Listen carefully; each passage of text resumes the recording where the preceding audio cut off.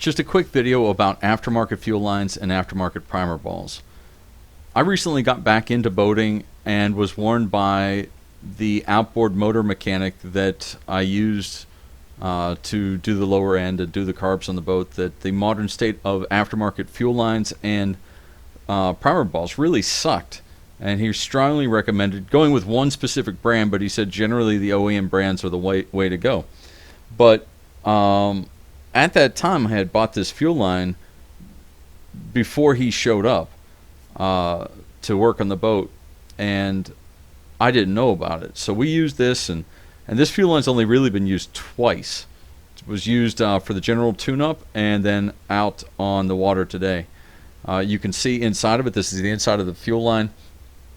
The plastic lining, and believe it or not, these fuel lines aren't, I mean, really, they're not really fuel lines per se. They're an outer plastic covering with a thin plastic on the inside that does resist ethanol and fuel.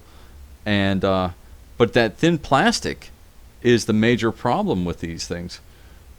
It caved in on the inside of the fuel line, and here's the primer ball, or here's the primer ball actually of the same make, the Supex primer ball, but that I had bought for other fuel line to have a backup.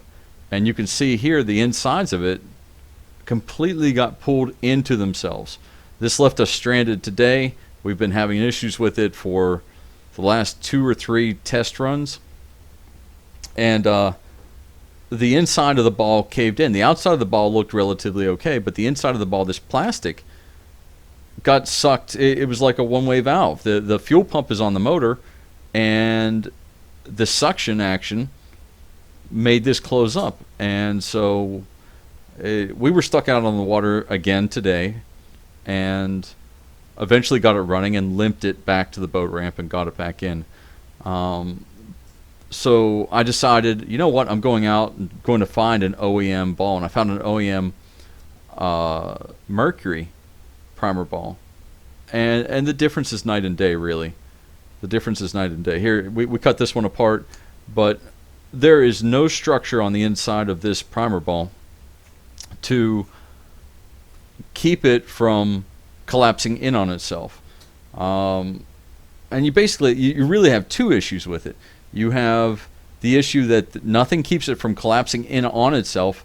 For an outboard motor that has the fuel pump on the motor, most older motors are like that. I don't know, maybe modern fuel injected motors have a fuel pump down on the gas tank like cars and trucks do these days, and that may not be as much of an issue. But for all these older motors that have the fuel pump up on top, that's creating a vacuum, a sucking type motion on the fuel up from the tank, and with very, very minimal use, maybe 2 runs on the fuel line that you saw, 2 runs total, and that wasn't even all day. That was just, we're still in the testing phases. We've never even spent half a day on the water ever with this boat. The inside liner collapses in on itself, so you've got those 2 issues: the plastic liner and no structure. For comparison, the Mercury primer bulb, and I've got to assume the other ones are like this too. I've heard or read also online that there was structure inside that would spring back and allow the primer ball to keep its shape, so the entire ball didn't collapse in on itself. When you feel the Mercury primer ball, separate from the fuel system, just brand new, you can tell when you start squeezing the rubber ball part and it starts crushing in, it goes in for a few millimeters and then it touches something else.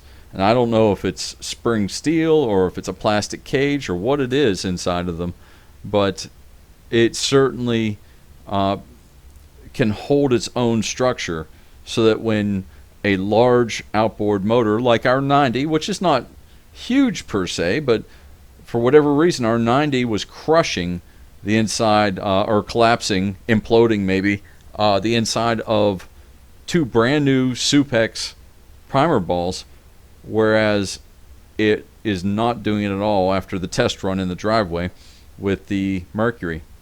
So just buyer beware. You want to make sure that your fuel line is the black standard type that you buy by the foot. Doesn't have any of the plastic liners in it. It should be ethanol ready fuel line, but anybody in the know isn't using ethanol fuels in their outboards anymore anyways. It's just not worth it. You're out on the water all day. Ethanol is alcohol. Alcohol binds to water. So between the humidity in the air and any water that you may possibly get in the fuel system, that's just making your fuel weaker, contaminated, and more prone to gumming up the entire system. Last thing I'm going to show you is the old fuel filter off of the boat. Now this fuel filter sat for 5 years before I bought the boat, but it was only ever run with ethanol in it.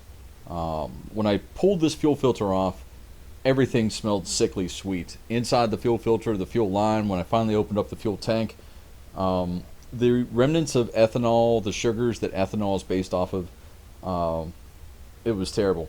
This is obviously an extreme example, yet this is the same particulate that are left or stored versus the old fuels from the 1970s, 1980s and back that didn't have ethanol in them.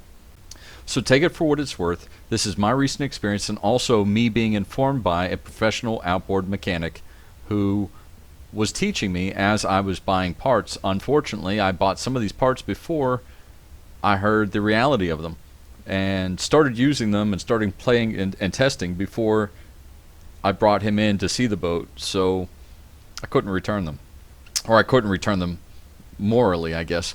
Be careful out there.